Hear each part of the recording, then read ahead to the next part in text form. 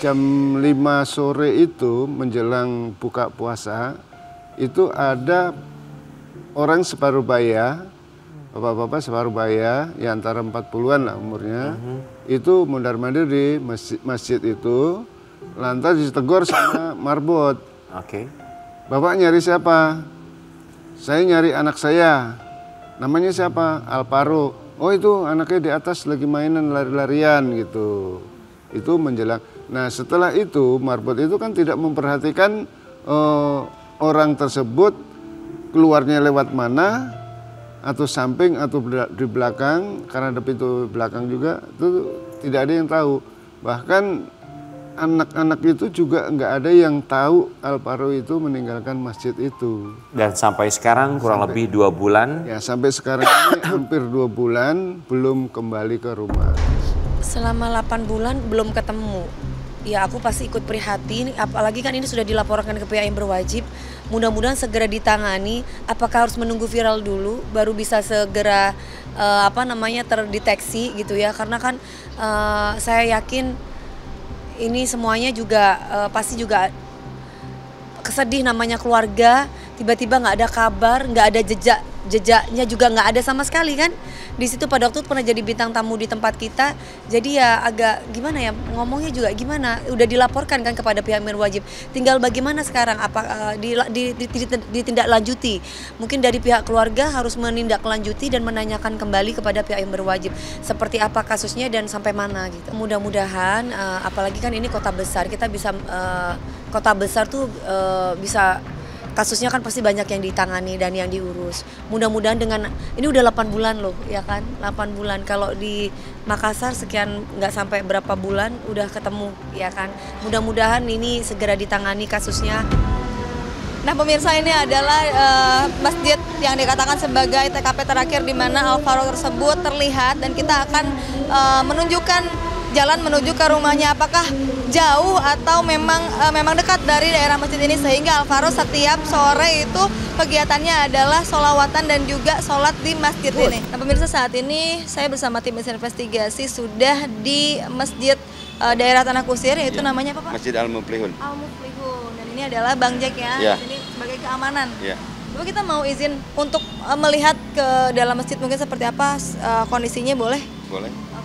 Ini adalah salah satu termasuk TKP juga ya Pak ya, karena ini kan terakhir si Alvaro ini terlihatnya tuh di masjid, katanya sedang selesai sholat atau apa gitu Pak waktu itu kegiatannya. Waktu itu sih, waktu saat hilang sih kita nggak tahu sih Mbak ya, cuman untuk aktivitas anak-anak sehari-hari biasanya jam-jam segini gitu rame. Ini kondisi masjidnya untuk biasa Alvaro main di sini gitu ya kan, karena ini biasanya anak-anak ini rame kalau jam-jam segini.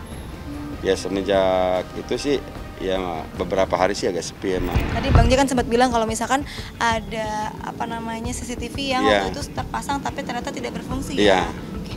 Boleh ditunjukin ya Bang ke luar sana. Ya kalau ini kan sebelah sana tuh Mbak CCTV-nya. Oke. Yang sana. Cuman dulu emang nggak berfungsi, sekarang udah diaktifin lagi sih. Ya artinya udah diperbaiki semuanya sekarang gitu. Satu lagi berarti di sebelah mana Pak? Katanya ada 2. Di atas sih, cuman itu di atas. Ke bawah. Harus lihat dari luar ya berarti. Iya. Mungkin ada spot yang lain lagi yang mungkin biasanya anak-anak kunjungin Pak, di sebelah mana ada? Ya paling di sekitar sini aja sih, dia naik turun gitu. Kalau lari-lari ya namanya anak-anak ya. Kalau menjelang sore gitu main sama teman-temannya, ada yang sholawatan, kadang ada yang lari-lari juga, ya namanya anak-anak. Mungkin tahu nggak sih informasi terkait Alvaro, cucunya Pak RT yang masih belum ketemu sampai hari ini? Ya udah 8 bulan ya berarti ya. Tahu sih anaknya tahu. Aturan tuh udah mau kelas 2 SD. Mungkin Ibu, si Alvaro ini tuh kalau di lingkungan sini tuh anaknya seperti apa sih? Ya sepantaran dia mah ya lagi lucu-lucunya, mungkin lagi masa aktif ya, namanya juga anak umur 6 tahun setengah ya. Yang sukanya main ke sini nih ke atas itu. Pas itu mah hari Kamis itu udah nggak ada. Terus kata neneknya jam 10 malam dicari udah nggak ada itu. Pokoknya puasa lebih seminggu deh. Sore itu lewat di depan warung saya. Pada saat itu saya emang lagi ngewarung. jual gorengan karena pada saat itu bulan puasa. Sekitar asar dia lewat depan rumah saya, warung saya, tapi dia itu kadang pakai celana pendek ya. Kalau bajunya mungkinan saya nggak ngelihat karena pada saat itu warung saya ketutupan sama dagangan. Saya sempat manggil, "Dek, mau kemana?" Manggilnya Teh, "Teh mau kemana Teh?" gitu. Karena emang saya suka ngeledekin dia, manggilnya RT gitu, "Teh mau kemana?" gitu. Tapi dia nggak jawab sekitar asar. Pas asar biasanya Alvaro itu ke masjid bareng sama anak-anak seumurannya dia ya. Terus pada saat itu udah sampai itu terakhir itu saya ngeliat itu pas hari itu juga, pada jam itu juga, sampai malam itu nggak ada kabar lagi.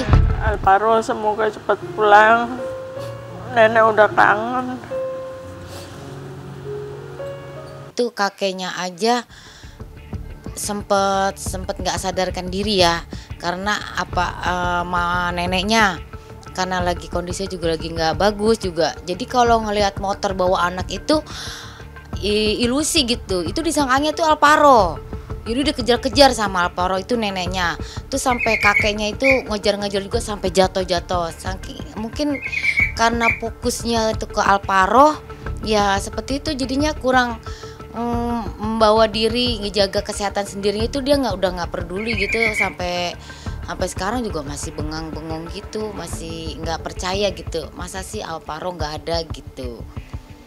Ya kondisinya ya sampai sekarang ya keluarganya ya masih shock lah, masih nggak terima gitu di mana gitu Alvaronya gitu. Ya pasti sedih ya, kayak anak umur 6 tahun gitu tiba-tiba nggak bersama dengan keluarganya gitu, bukan bersama dengan orang yang dia kenal, pasti sedih sih. Ya semoga kedepannya nggak akan ada lagi kejadian kayak gini, dan untuk Alvaro ya mudah-mudahan entah keberadaannya ada di mana, ya mudah-mudahan tetap sehat sih dan cepat pulang. Alhamdulillah sih waktu itu anakku Bintang aman-aman aja ya gitu. Maksudnya dia bukan tipikal anak yang memang suka kabur kemana gitu, misalkan yang pasti dia akan bilang gitu, "Mah, aku mau ke sebelah situ ya," gitu. Walaupun masih kecil juga, atau kalau nggak, kalau misalkan dia mau lihat sesuatu apa gitu, pasti dia akan ngajak gitu. Orang tua ya pasti aku akan memprotek anak kita. Ini jadi pembelajaran juga buat orang tua supaya lebih fokus, supaya lebih memprotek anak-anaknya gitu. Dan jangan mudah percaya kepada orang lain. Ya mohon maaf nih kepada saudara sendiri, maksudnya saudara yang bukan kayak sepupu atau apa, kadang-kadang kan orang asal dititipin aja. Kita tetap harus ada waspada lah gitu. Karena bagi aku kan ibu ya. Kalau aku pribadi sih aku masih nggak percaya ya kalau misalkan anak itu aku titipin ke saudara walaupun itu sepupu gitu. Jadi kalau aku mendingan aku jaga sendiri anakku, aku protek sendiri anakku. Kalau misalkan aku memang nggak ada orang yang membantu, ya aku bawa anakku sambil bekerja. Itu akan lebih baik. Aku nggak pernah ngizinin anakku keluar tanpa aku juga sih gitu. Paling di dalam rumah doang ya, sama atau berangkat sekolah gitu. Selebihnya sih nggak pernah gitu, aku nggak ngizinin. Aku pakai AirTag sih. Jadi aku pasang AirTag setiap anakku keluar dari rumah. Jadi pernah sih kita kayak lagi keluar negeri, dia pengen main di taman, sementara aku lagi ngurusin adiknya meleng. Sedetik itu kan bisa cepetan shoo gitu kan, tapi aku pakai AirTag gitu. Jadi langsung ketemu, dan itu kayak sebentar doang karena melengnya cuma sedetik, ya nggak jauh dari situ. Dan aku selalu pakai AirTag ketika anak keluar dari rumah, walaupun cuma sebentar deket gitu. Sampai ke sekolah juga pakai AirTag.